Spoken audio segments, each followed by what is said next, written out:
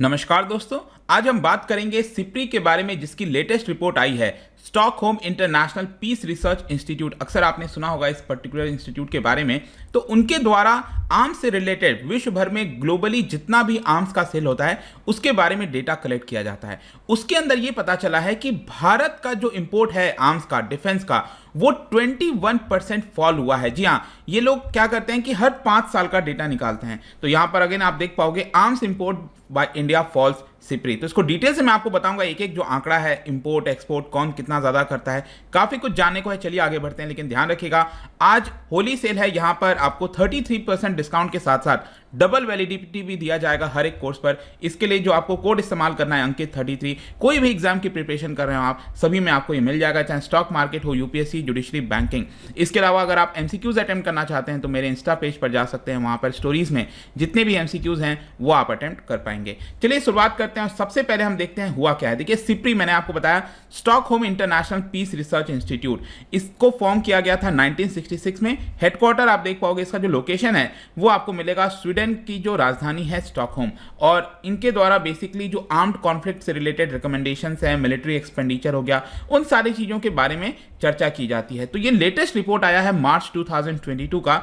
ये है trends in international arms transfer 2021 तक कितना आर्म्स का ट्रांसफर हुआ था उसके बारे में ये पूरा रिलीज किया गया है, जिसमें पता चला है कि भारत और सऊदी अरब, ध्यान रखिएगा, भारत और सऊदी अरब सबसे ज्यादा इंपोर्ट कराते हैं। ठीक है, तो ये दो देश हैं जो सबसे ज्यादा इंपोर्ट कराते हैं। कितना? ग्लोबली जितना भी सेल्स होता है आर्म्स का, 11% भारत और 11% सऊदी अरब, दोनों सबसे ज्यादा इंपोर्ट कराते हैं। उसके बाद जो 3 देश इंपोर्ट कराते हैं वो है इजिप्ट, ऑस्ट्रेलिया, चाइना। इजिप्ट कराता है, इजिप्ट का हिस्सा करीब 5.7% है, ऑस्ट्रेलिया 5.4% और चाइना का हिस्सा 4.8% है। लेकिन देखो यहां पर देखने को लग सकता है कि भारत सबसे ज्यादा इंपोर्ट कराता है। अगेन इस पर्टिकुलर चार्ट में आपको काफी अच्छे से देखने को मिलेगा कि 2012 से लेकर 2016, मतलब ये 5 साल के बीच में जो हमारा शेयर था वो और भी ज्यादा था, 14% शेयर था। और अब देखिए 2017 से 21 के बीच में शेयर देखिए ये हो गया है 11%, मतलब कि कम हुआ है। यहां पर आपको क्लियर देखने को मिलेगा कि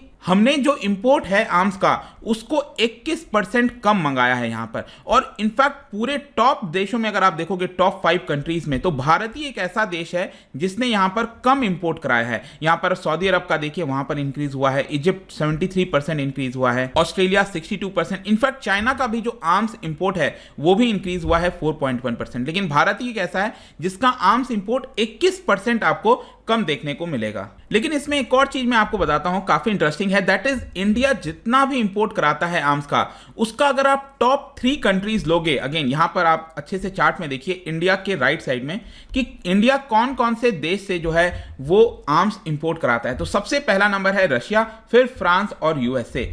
तो भारत जितना भी इंपोर्ट कराता है उसका 46% हम रशिया से इंपोर्ट कराते हैं, 27% हम फ्रांस से इंपोर्ट कराते हैं और 12% यूएसए से इंपोर्ट कराते हैं। मतलब अगर आप टॉप 3 कंट्रीज ले लो तो भारत अपना 85% जो आर्म्स इंपोर्ट है वो इन 3 देशों से कराता है। तो आप समझ सकते हो कि ये 3 देश के ऊपर भारत कितना ज्यादा डिपेंडेंट है आर्म्स इंपोर्ट के मामले में। लेकिन अभी आपने देखा होगा कि क्योंकि रशिया के ऊपर जो भी कुछ इस समय चल रहा है, यूक्रेन रशिया का क्राइसिस को लेकर, तो भारत के ऊपर काफी बड़ा डायलेमा हो गया एक प्रकार से। यूएनजीए के अंदर, यूनाइटेड नेशन सिक्योरिटी काउंसिल के अंदर, वहां पर हम बार बार एब्सटेन करने की कोशिश कर रहे हैं। और इसका सिंपल कारण यही है कि करीब 60% अभी जो मौजूदा हालात देखोगे आप हमारे आर्मी में, मिलिट्री में पूरा, तो वहां पर रशियन ओरिजिन से रिलेटेड आपको जो इक्विपमेंट्स हैं वो देखने को मिलेंगे। तो इंडिया जो है वो इतने इंपॉर्टेंट समय पर ऐसा नहीं करना चाहता कि रशिया को पूरी तरह से नाखुश कर दे, और जो हमारी डिपेंडेंसी है वो अचानक से हम नहीं हटा सकते। लेकिन दूसरी तरफ प्रॉब्लम यह है कि यूएसए और जो उनके अलाइज हैं, यूरोपियन देश हैं,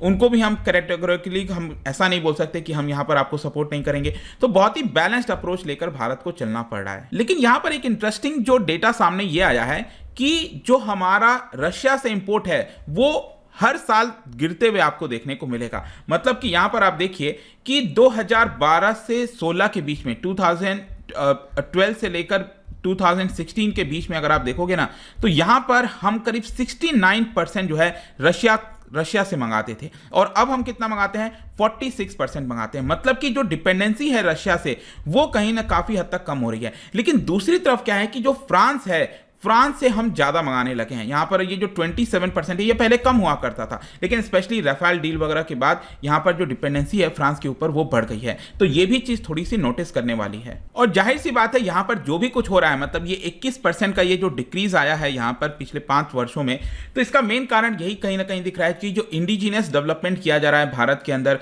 काफी कुछ जो आत्मनिर्भर भारत की बात कही जा रही है, मेक इन इंडिया हो गया, उसका काफी हद तक असर आपको यहां पर देखने को मिलेगा। जहां तक ग्लोबल सिनेरियो की बात है तो ग्लोबली भी अगर आप देखिए ना, तो 2012 से 16 के बीच में अगर आप कंपेयर करोगे 2017 से 21 के टाइम का, तो 4.6% कम आर्म्स इंपोर्ट हुआ है, मतलब आर्म्स का सेल कम हुआ है। अगेन इस चार्ट में आप देख पाओगे 1982 से लेकर पूरा यहां तक का है, तो 2007-11 में देखिए यहां पर करीब था ये, ठीक है। और उसके मुकाबले आप देखिए 2012 से 16 के बीच में काफी इंक्रीज हो गया था, यहां तक इंक्रीज हुआ। तो 2012 से 16 के मुकाबले अभी डिक्रीज तो हुआ है, लेकिन अगेन आप देखोगे ना तो 2007-11 के मुकाबले ये आपको इंक्रीज देखने को मिलेगा, मतलब कि करीब 3.9% इंक्रीज हुआ है इफ वी कंपेयर टू 2007-11। लेकिन 2012-16 से कंपेयर करिए, यहां पर अभी कम आर्म्स की सेल हुई है। ये मतलब पूरे विश्व का मैं बता रहा हूं ग्लोबली। जहां तक एक्सपोर्टर्स की बात है, ये तो हमने इंपोर्टर्स की बात कर ली अभी तक, जो भी इंपोर्ट हो रहा था। जहां तक एक्सपोर्टर्स की बात है तो देखिए सबसे ज्यादा एक्सपोर्ट करने वाला देश आर्म्स में वो है यूएस, उसके बाद रशिया, फ्रांस, चाइना, जर्मनी। तो अगेन अगर आप विश्व में देखोगे ना, प्रेजेंट में जो भी हालात बन रहे हैं, जितनी ज्यादा लड़ाइयां होंगी, एक प्रकार से कह सकते हो कि इन देशों को काफी हद तक फायदा होगा, क्योंकि ये सबसे ज्यादा एक्सपोर्ट करते हैं, राइट। तो US, Russia, France, China, Germany अगर आप मिला लो तो अकेले 77% हिस्सा पूरे ग्लोबली आर्म्स एक्सपोर्ट का इन्हीं के पास है। अगेन यहां पर भी आप देख पाओगे कि 2012 से 16 को अगर आप कंपेयर करो अभी लेटेस्ट 2017-21 का, तो यूएस का जो शेयर है वो इंक्रीज हुआ है, कितना 14% इंक्रीज आपको देखने को मिलेगा। रशिया का शेयर पहले 24% था पूरे ग्लोबली, यहां पर ये कम होकर 19% हो गया है, तो इनका डिक्रीज हुआ है 26%। फ्रांस आप देखिए यहां पर फ्रांस का भी इंक्रीज हुआ है। चाइना का यहां पर अगर आप देखोगे ना तो वो कम हुआ है, 31% कम देखने को मिलेगा। तो चाइना के एक्सपोर्ट में कमी आई है, ये एक इंपॉर्टेंट चीज देखने वाली है। उसके बाद जर्मनी है, लेकिन अगेन आप कह सकते हो कि क्योंकि टॉप 5 में आता है चाइना, तो अपने आप में एक बड़ी बात है। और इसके राइट साइड में जितने भी देश हैं ये आप देख सकते हो कि जैसे यूनाइटेड स्टेट्स हो गया, यूनाइटेड स्टेट्स से सबसे ज्यादा कौन आर्म्स खरीदता है? सऊदी अरब खरीदता है, फिर ऑस्ट्रेलिया, साउथ कोरिया। रशिया से सबसे ज्यादा कौन खरीदता है? इंडिया हो गया, चाइना हो गया, इजिप्ट, ये सभी देश आपको देखने को मिलेंगे। तो स्पेसिफिकली अगर मैं आपसे यूएस और रशिया की चर्चा करूं तो यूएस ने 108 आइटम्स ज्यादा रशिया के मुकाबले यहां पर बेचा है आर्म्स का। तो ये सारी चीजें हैं। जहां तक भारत के एक्सपोर्ट की बात है, आप भी सोच रहे होगे क्योंकि भारत में कुछ हद तक प्रोग्रेस हुआ है। तो देखिए भारत पहले 24th नंबर पर हुआ करता था एक्सपोर्टर्स के मामले में पूरे विश्व भर में, अब भारत 23rd नंबर पर आ गया है। लेकिन क्या ये कोई बहुत बड़ी जीत है या फिर कोई बहुत तेजी से हम बढ़ रहे हैं? ऐसा नहीं है, क्योंकि पूरे विश्व में जितना भी एक्सपोर्ट होता है, अगर आप उसका हिस्सा देखो कि भारत कितना एक्सपोर्ट करता है, it is very less, it is just 0.2%। तो हमें बहुत ज्यादा काम करने की आवश्यकता है। लेटेस्ट आपने देखा होगा फिलीपींस के साथ हमारी डील हुई थी,